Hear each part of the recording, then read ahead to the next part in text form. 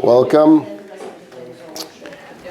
So I'd like to begin by saying hello on the Zoom network or the YouTube network to our dear friend Jack Lynn, who comes every single week to our class. He's in Cedar Sinai. He's recovering well.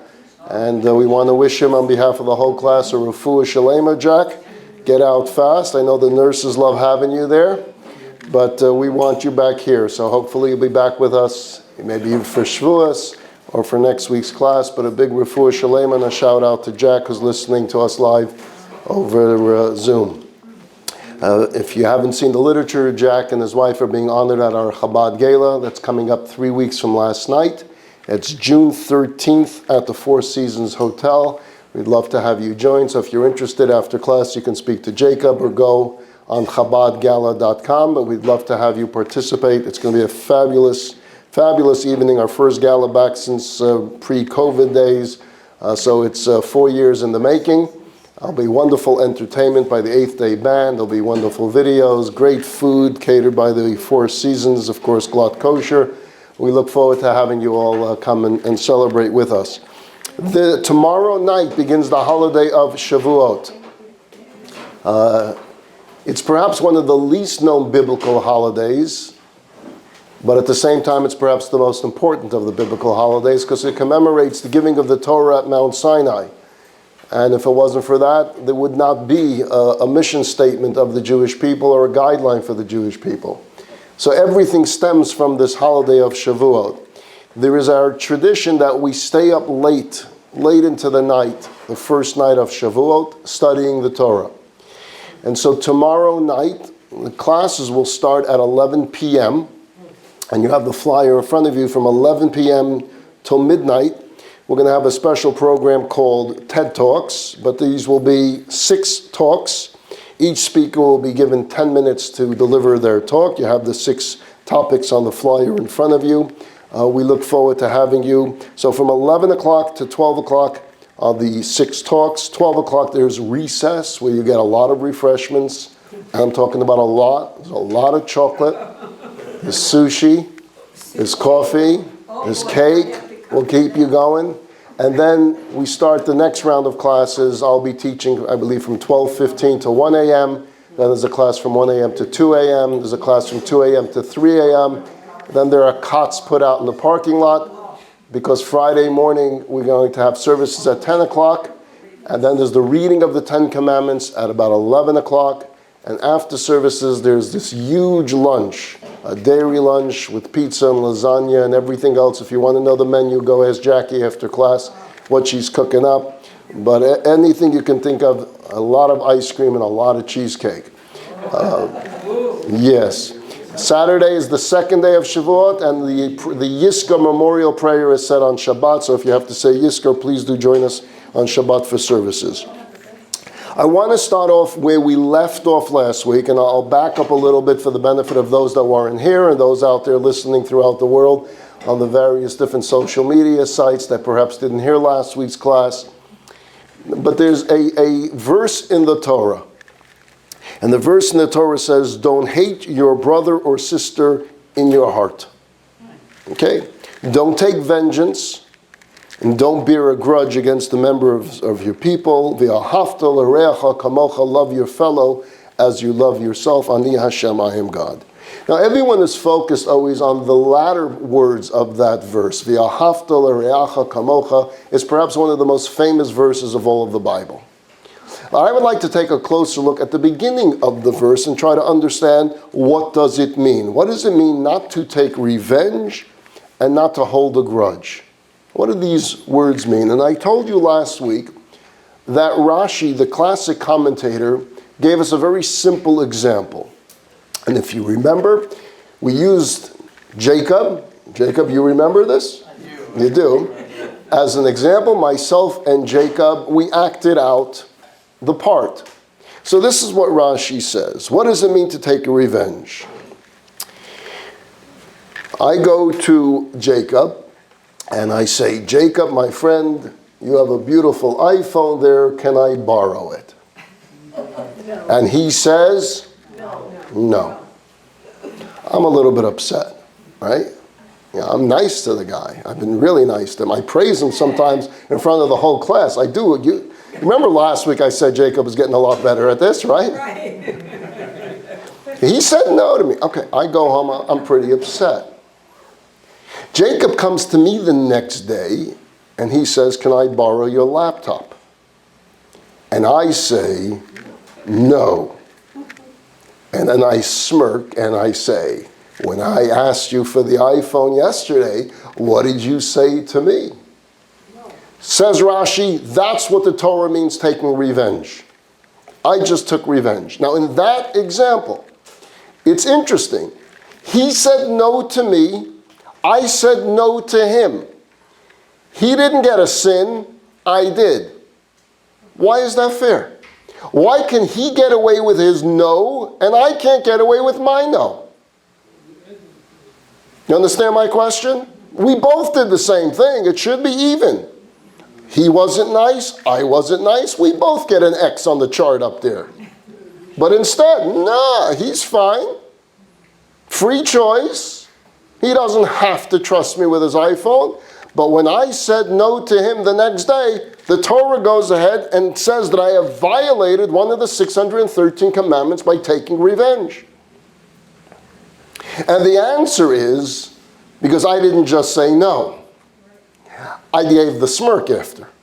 And I said, remember yesterday? Which means, when he said no to me, I never questioned him as to why. I don't know why. I can probably assume he doesn't trust me with his iPhone. It's probably. He knows I'm not tech savvy, at least not to his level. He knows he has one of the new ones, and he doesn't want to trust me with his iPhone. But he never said that to me. It could also be that he's waiting for a text message. It could also be that he's waiting for an email, he's waiting for a phone call. It could also be that the last time he let someone borrow his phone, it came back broken and he has a bad experience. The fact is, none of us in this room, with the exception of Jacob, know why he said no. That's between him and God. Therefore, in any case where someone asks you for a favor, the Torah does not force you to do that favor. There's a lot of conditions involved, a lot of things going on in your mind at that time. We just don't know. So we, the audience, we can't judge this. The Torah doesn't legislate that you must go ahead, and it wants us to be kind, but it can't force us to it. The next day when he came to me, my laptop is sitting on the counter. It hasn't been used. It's just gaining dust. He's pretty good with laptops. He's better than me, which means I don't really fear that he's going to break it, and I don't need it right now. Not only that, I clarified for you, the audience, the reason I said no. I simply said no because you weren't nice to me yesterday. That, says the Torah, is a violation.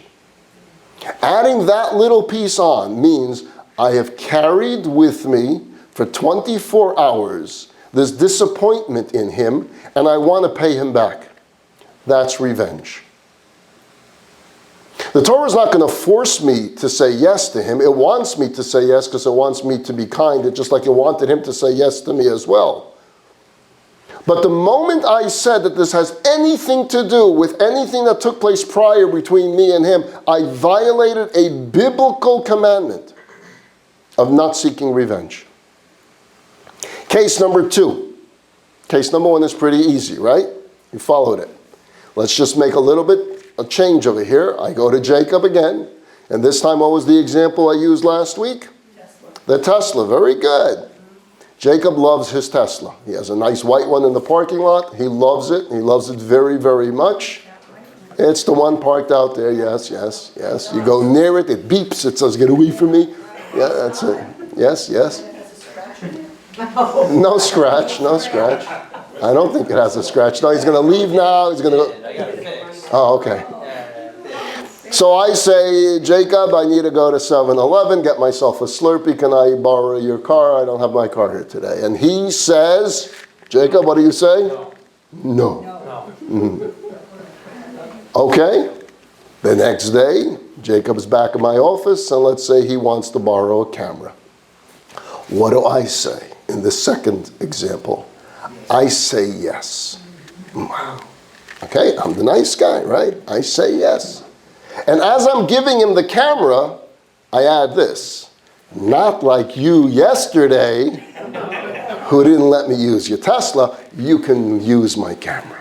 Because I trust you, even though you didn't trust me. That, says the Torah, is a violation of carrying a grudge. Even though, think about this for a moment. He said no, I said yes. No sin, sin. How does that make sense? No, yes, sin for me? At least make it even, right?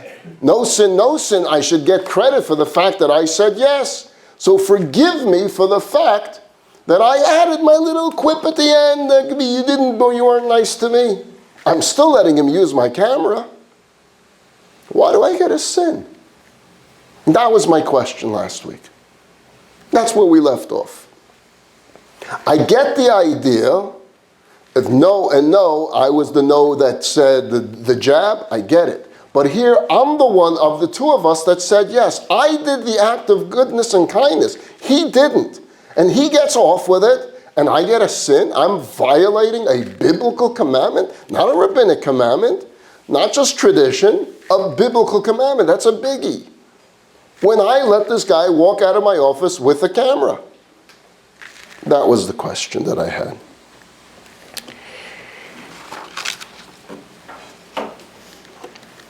I think that what the Torah is really telling us, and it's guiding us in behavior, is to understand just how bad carrying negativity within you can be for yourself. What the Torah is saying to me is, yeah, you said yes, you let him use your camera, and I'm going to give you a mitzvah for that. I'm not taking away that mitzvah. But I'm also telling you that you carrying around the negativity, whether it was 24 hours, 48 hours, a week, a month, a year, you carried it with you, which means it lived within you. You went to sleep with it. You woke up with it. That's the sin. You allowed negativity to live within you. You allowed negativity to stay part of your heart, your soul, your brain, your mind, your very essence. The fact that you couldn't let him just walk out of that room with that camera and keep your mouth shut and just got the mitzvah, you couldn't do it. Why couldn't you do it? Because it was there. Because the anger was boiling in you. The nerve he has to ask me after he said no to me, all I wanted was a Slurpee, and he wouldn't let me use his Tesla to go a few blocks. It stayed with me. Chances are I built upon it. I really built him into this monster overnight of how dare he insult me like that. And I just kept on building instead of ever saying, why? Maybe I don't drive that well. Maybe he's had bad experiences with people borrowing his cars. Maybe when he took out an insurance policy, they said it doesn't cover anyone else. I don't know. What I do with it is I built it. I made a mountain out of it. And I made it so big that I couldn't keep my mouth closed, that it came right out of me, even though I'm a nice guy and I'm letting you use my camera. I want you to know that you're not. That, says the Torah, that's carrying a grudge. That's sinful behavior in Judaism. Isn't the only reason you let me borrow the camera, though, is so you can say that? Chances are yes. Knowing me, yes.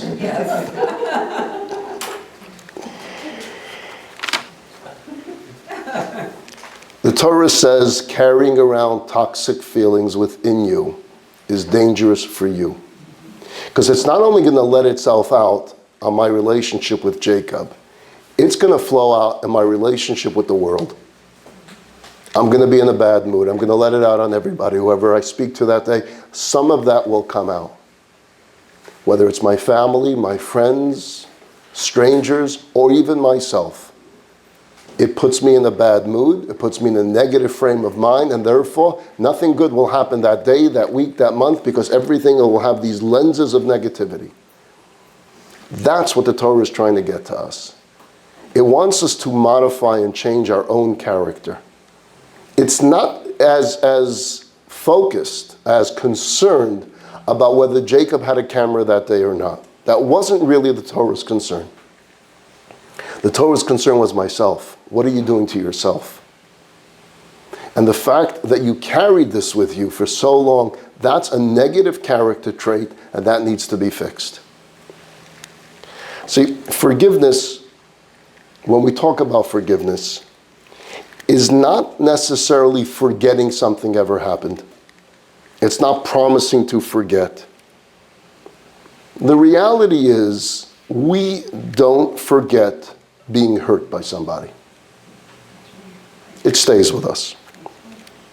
Forgiveness is not promising to believe that the other person was not guilty, trying to rewrite the story in their benefit, or responsible for what they did.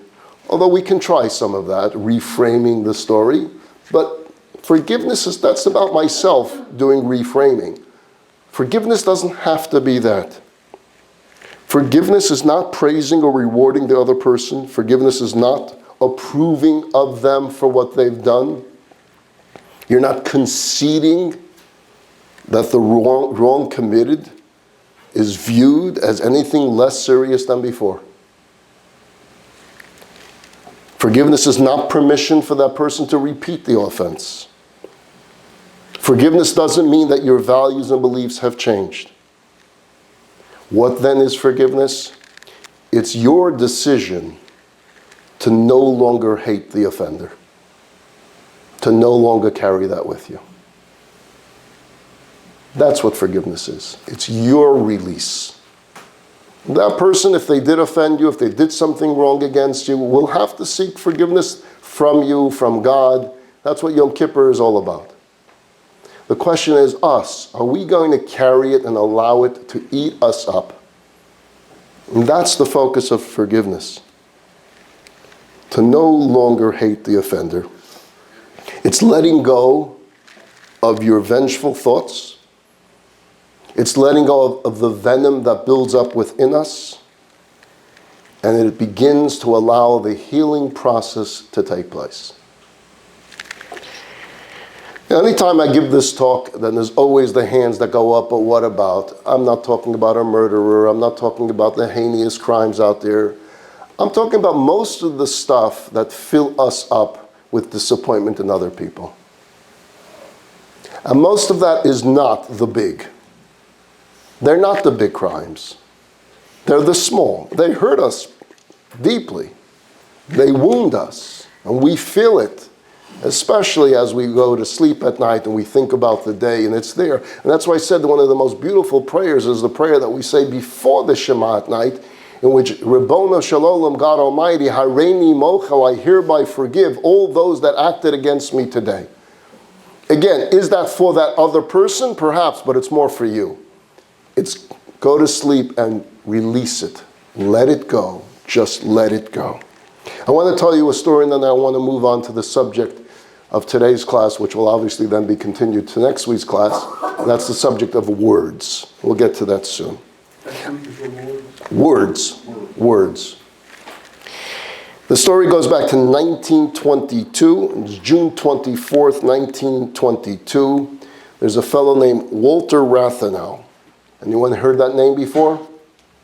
Walter Rathenau was the first German Jewish foreign minister. Okay, in 1922, Germany had a Jewish foreign minister. His name was Walter Rathenau. I told other stories about Walter Rathenau, about him coming into a shul for Yizkar. That's not the story for today. So he was setting out. He had his chauffeur. He was a foreign minister. He's heading out. The weather was nice outside, so he instructed his chauffeur to use the open-top limousine. He didn't learn from Kennedy because this happened before Kennedy. He sat alone in the back seat of the car. The car slowed down right before a bend, before joining the main road. Another car came out of a side street. Two men were sitting in the back of the other car. Shots rang out. At the same moment, a grenade was thrown from the other car into Walter Rathenau's car, there was a large explosion, and Walter Rathenau was murdered in his chauffeur-driven car. The first German Jewish foreign minister was assassinated. It was planned out by a group of anti-Semites who did not like that a Jew was representing Germany, and they murdered him. The assassins, the two assassins from the back seat of the car, one's name was Erwin Kern, the other one was Hermann Fischer. They escaped the scene. The police mounted the largest manhunt Germany had ever seen. There was wanted posters all throughout the entire country. Posters of these two wanted, everyone was to look for them. The two assassins were caught. Kern was killed in a shootout, and Fischer then committed suicide. Both were dead. Didn't serve prison, never made it to prison. Both were in their mid-20s. There's a third fellow. If the two are sitting in the back seat, who's driving the car? Assassin number 3. His name was Ernest Techow. He was 21 years old. His own parents were the ones to turn him in. And he faced trial. Rathenau's mother, Walter Rathenau's mother, was still alive. And she wrote a letter to Techow's mother, mother to mother. So the mother of the victim to the mother of the one who's going on trial for assassinating or being part of the assassination team of Walter Rathenau. I'll read a paragraph from this letter. In grief unspeakable, I give you my hand. Say to your son that in the name and spirit of him who has murdered, I forgive, even as God may forgive, if before an earthly judge your son makes a full and frank confession of his guilt, and before a heavenly judge he repents. Had he known my son, the noblest man earth bore, he would have rather turned the weapon on himself.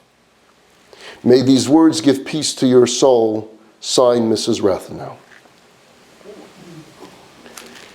So she's reaching out mother to mother to say, I am prepared to forgive your son if he confesses and he does teshuvah, he repents before God. And if only he knew my son, this never would have happened, because he would have known how special a son I had. In the testimony at the trial, Techow told the planning of the assassination, how he himself tried to back out, how the two assassins in the back threatened his life if he was to back out, and he had the proof to back it up. Yet he confessed to it all and pleaded guilty. He was guilty. He was a part of the assassination, and although all these other excuses that he had, valid excuses perhaps that he could have backed up, he pleaded guilty. He was sentenced to 14 years.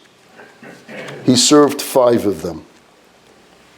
While in prison, he wanted to study all the writings of Walter Rathenau. He wanted to know the man that he was part of the assassination of. He then went on in prison to learn Hebrew. And he then started studying about Judaism and became quite the scholar of Judaism. After serving this 5-year prison sentence, Techow joined the Foreign Legion, where he was decorated for his military fights against the Nazis. He helped capture 24 Nazis. While in the Foreign Legion, he met a nephew of Rathenau. And he told him that what changed my life is the letter from Rathenau's mother. And I carry it with me as the most valued possession that I have and will ever have. And somehow in my life, I need to make up for my evil behavior.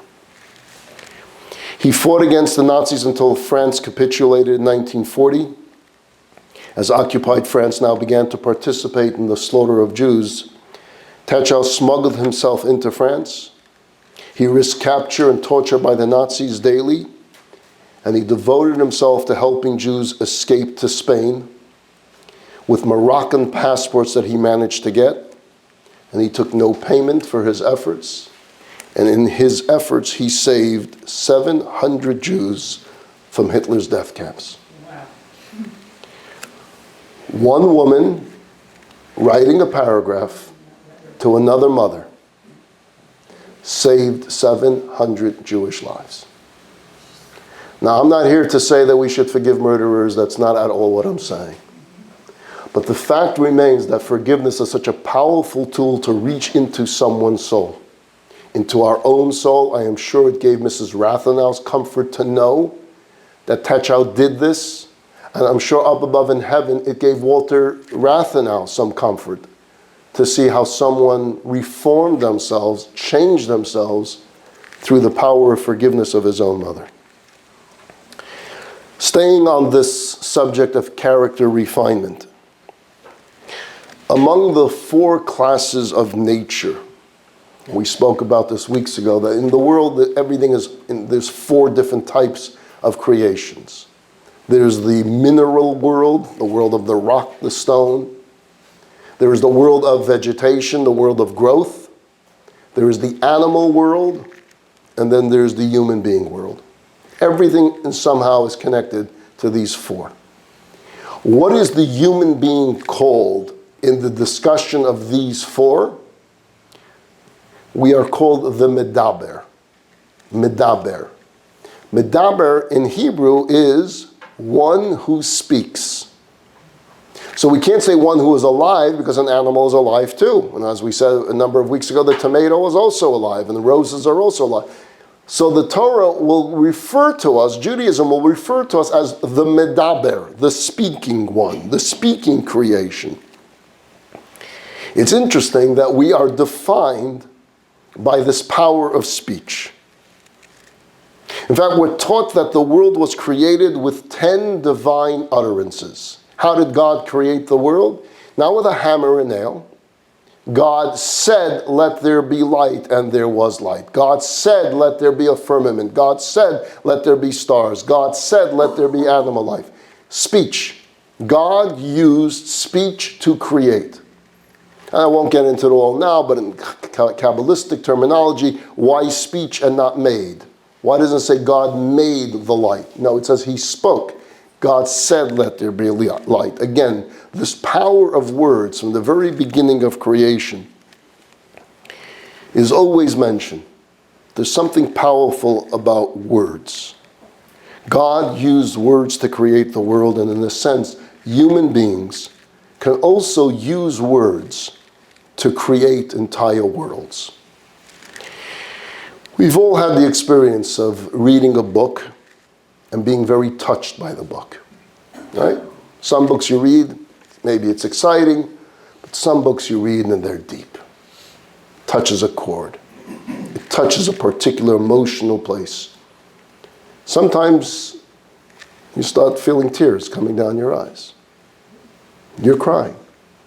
Isn't it interesting? You know an author made this character up, right?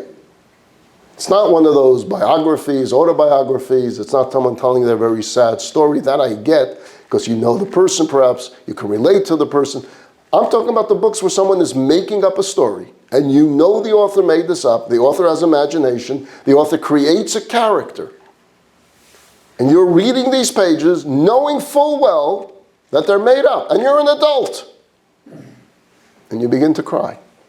And you wonder to yourself, why are you crying? This didn't really happen. Words have a power to the soul. Words have this direct connection.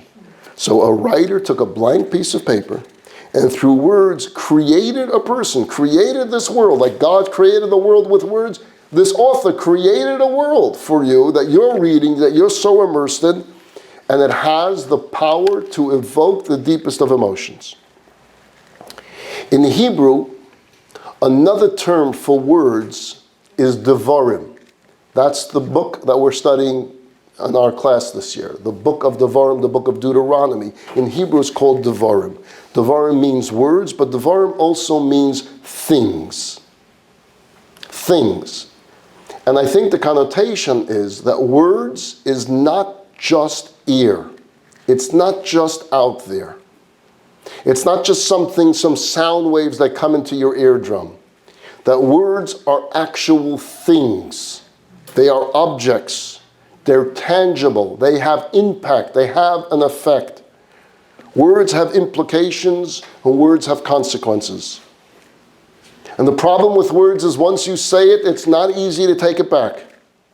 If you're just recording in a studio, sure, you can do rewind and delete. But when you're speaking to others, the words have been received by them and could have already done damage beyond the ability to repair. This is a historical phenomenon we've seen throughout all of history, where sometimes the catastrophic effects. In 1914, Austria-Hungary issued an ultimatum to Serbia, words, but that led to the outbreak of World War I. And World War I led to the outbreak of World War II. And how many millions upon millions of lives were lost when you combine World War I and World War II? And it all began with words. The escalation of words between two nations. In the 14th century, during Europe's devastating Black Plague, anti-Semites and others who were looking for scapegoats spread a rumor that the Jewish people caused the plague by poisoning the wells. And they wrote notes and spread these notes. There wasn't Facebook at the time to spread it, so it just traveled. Words that spread. This led to the murder of tens of thousands of Jews at the hands of enraged mobs. Simple made-up words. Tens of thousands murdered. Think about their orphans. Think about the widows. How many generations it affected. Then there were the infamous blood libels, where Jews were accused of kidnapping and murdering Christian babies to use their blood in Passover matzahs. More recent times, they said we changed it from Christian blood to Muslim blood so that the Muslims can have their chance at some anti-Semitic acts against us. Words. Baba Mises, as we call them, right? Fables. There's no truth to it. We're not allowed to ever eat blood. We definitely can't eat blood in our matzah. It's never happened. Never will happen. And then, of course, the vile protocols of the elders of Zion. A late 19th century forgery. Someone literally forged a book and made believe they smuggled this out of the Jewish synagogues, the Jewish board meetings, and it alleged that Jews are secretly plotting to take over the world. What was done with this book? Besides for it being a bestseller, Hitler, Yamach Shema, used it as his way of influencing an entire country that we need to wipe out every single Jew on the face of the earth. And he used the protocols. Look, they're plotting to take over the world. We have to stop them. Words. But the same is also true on the opposite side. Throughout history, words have been used in a very positive way too. Inspiring words spoken by men and women of great stature and position that have uplifted an entire nation. Look, we're spending years studying Moses' words to the Jewish people before he left the world. The book of Deuteronomy is Moshe's last speech.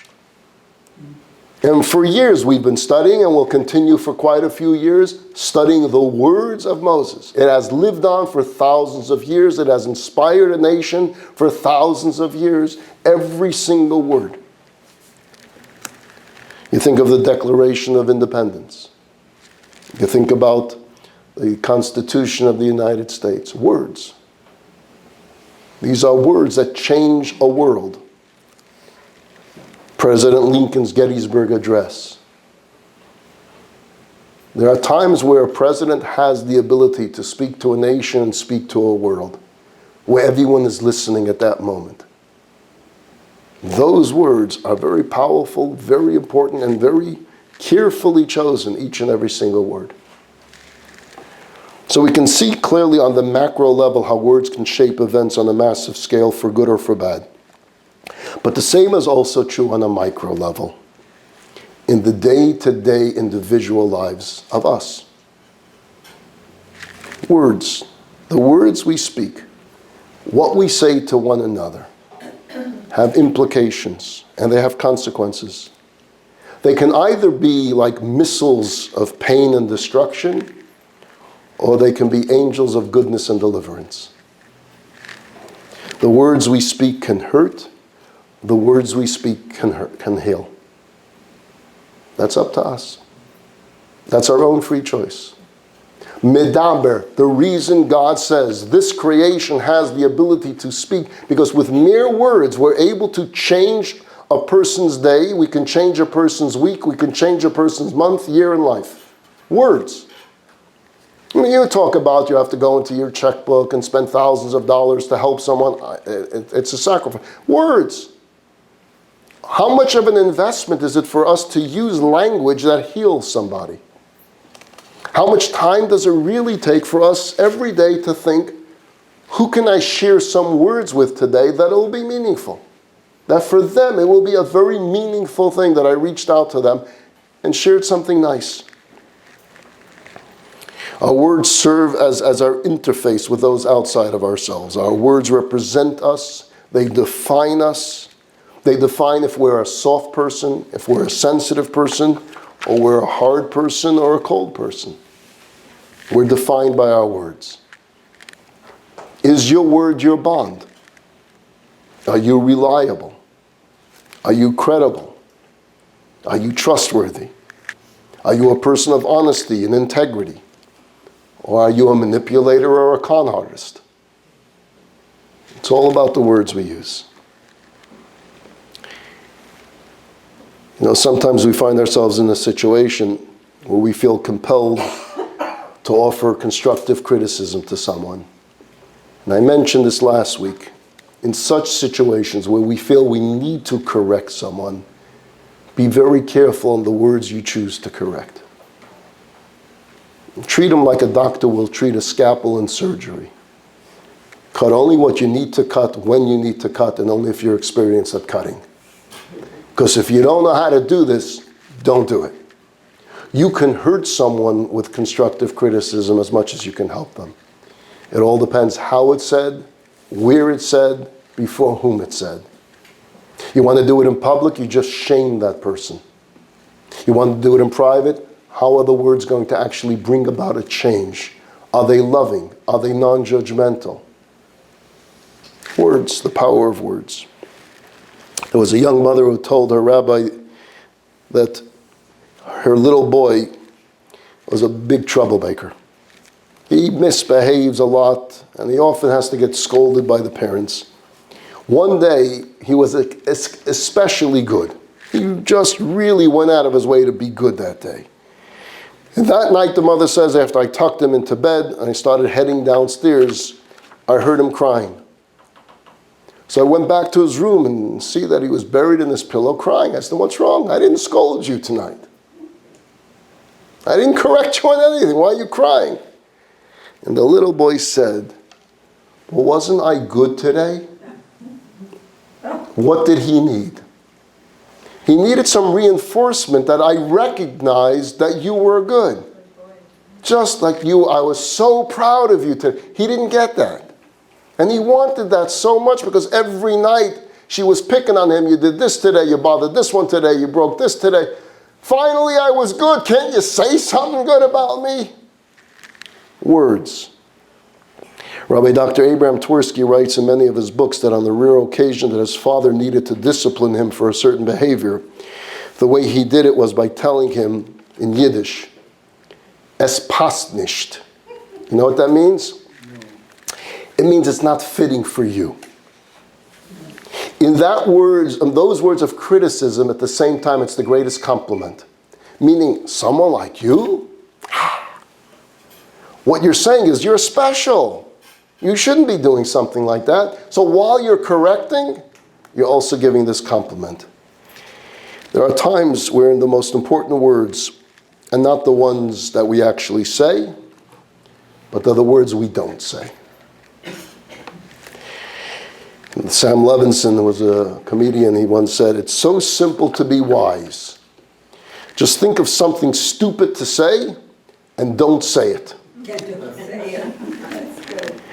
It's especially relevant during those times that you find yourself angry, you find yourself upset. Those are the challenging times where you want to say something. Learn to keep it quiet. Learn to bite your tongues. You don't have to say it right away. I'm going to conclude, and I'll continue on this theme next week, but I want to tell you a story.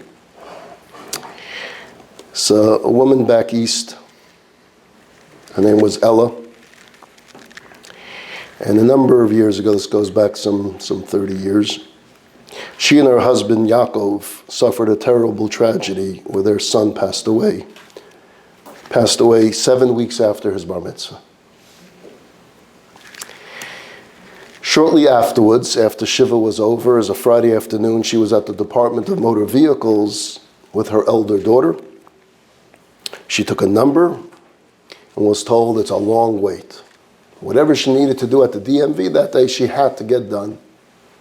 They told her it's going to be about 2 hours. So instead of just sitting on the chair doing nothing, she took out her prayer book, her siddur, and she started davening. She started her prayers. She got 2 hours. She might as well do something with it. She got to the Amida part. That's where you stand up. So she's looking around the room. Is there any type of quiet place where, people are going to see someone do this and do this and do this and do this? They're going to think you're crazy. So she had to find some quiet place. So she strolls down the hallway, and sure enough, she sees there's an empty room there. Perfect. She goes into this empty room, and she starts doing her Amida thing. And you can imagine, just being just a few weeks after Shiva for her own son, her Amida was quite emotional. So she's got tears going on, and she's pouring out her heart to God. In the middle of this female employee of the DMV walks into the room and yells at her, "What are you doing in here?" Now, if you know the rules in the middle of the Amida, you can't speak out. So she doesn't answer, which just angers this staff person even more. "I asked you a question, what are you doing here?" And she again continues her prayer. She's trying to show it's a prayer book. She's trying to show that she's praying. But it only got the woman more enraged. "Get out of here. You have no right to be in this office." And again, with all different type of hand motions, trying to excuse herself, this angry DMV staff person grabs her by the hand and gives her a shrug. Because she was imbalanced of her Amida, she didn't defend the pull, and she went flying into a wall. And she hit the wall hard. She lost her son a few weeks ago, right after his bar mitzvah. She's trying to pray in the DMV office and gets thrown against the wall. How many of us would lose our temper? How many of us sitting here hearing the story are losing our temper for her against this DMV staff person? How many of us would be looking for an attorney to file a lawsuit against the DMV and this person? She didn't do either. She looked at this person in a calm voice and she said, "Why did you do that to me? Why?" And then she began to cry. And she said, "You can't possibly know what I'm going through. You can't possibly understand the emotions I'm feeling. And I'm pouring out my heart to God in prayer. I lost my son a few weeks ago. And I have to wait for 2 hours here. I figured, let me pray." Why would you do that to another person? Well, the woman responds, "You have no right to pray in this room. This is staff only, and you're not staff. Go pray somewhere else." Even then, she remained calm. And she said, look, I don't know what religion you follow, but I'm Jewish. And in Judaism, we pray in Amidah. It's a silent prayer. And we try to have concentration. And that's why I wasn't praying out in the general room. And with that, she walked out of the office, went back to the waiting area. 5 minutes later, the staff person walks out to her office, comes over to Ella. She puts her arm around her and she begins to cry. And she says, I'm so sorry. I am so embarrassed by my behavior. I don't know what's with me. I'm also Jewish. And I am so ashamed. And I'm begging for your forgiveness. And with that, they embraced and they cried together. And after wiping their tears, they had a serious conversation. Ella finished her business at the DMV and left. The following week, Ella attended a Torah study session, and after the class, she went over to the rabbi to talk. And in the course of the conversation, she told him what happened at the DMV the other day. You know what I think the rabbi says? I think you should go back to the DMV and continue your friendship with this woman. So the next day she went back to the DMV and she found the woman. And she gave her some pamphlets and books on faith. The woman was deeply touched and said, Ella, I'm so happy you came back. Because I want you to know this. Last Friday night, the night after our encounter, I went to the synagogue for the first time in many, many years. And I went only because of our encounter and the embarrassment that I felt and the need that I felt to ask God for forgiveness and to pray for the memory of your son. And then I, as ashamed as I am, I cannot begin to tell you what our brief encounter has done to me as a person and as a Jew. Allah, of course, asked her then, would you light the Shabbat candles each and every Friday night in the memory of my son, in which she agreed. And these two became friends. Words. What we can do with words. She would have been justified to yell, justified to scream, justified to use some foul language, and none of us would have judged her for it. In fact, we would have found it fitting. But she took a different route. Why? Why would you do this to another human being? And when a person is confronted themselves with those simple words, why would you do this? And you honestly have to think about it, you come to grips with yourself and you go out and you ask forgiveness. That's the power of words. And we'll continue on this theme next week. There's lunch for everybody here today. There's no lunch for you on Zoom, Facebook, and YouTube, unless you make it yourself or go buy it yourself. We'd like to invite everyone, again, for the holiday of Shavuos. Please join us, and join us next week, Wednesday afternoon. Next week, Wednesday, will be the last class of the spring semester.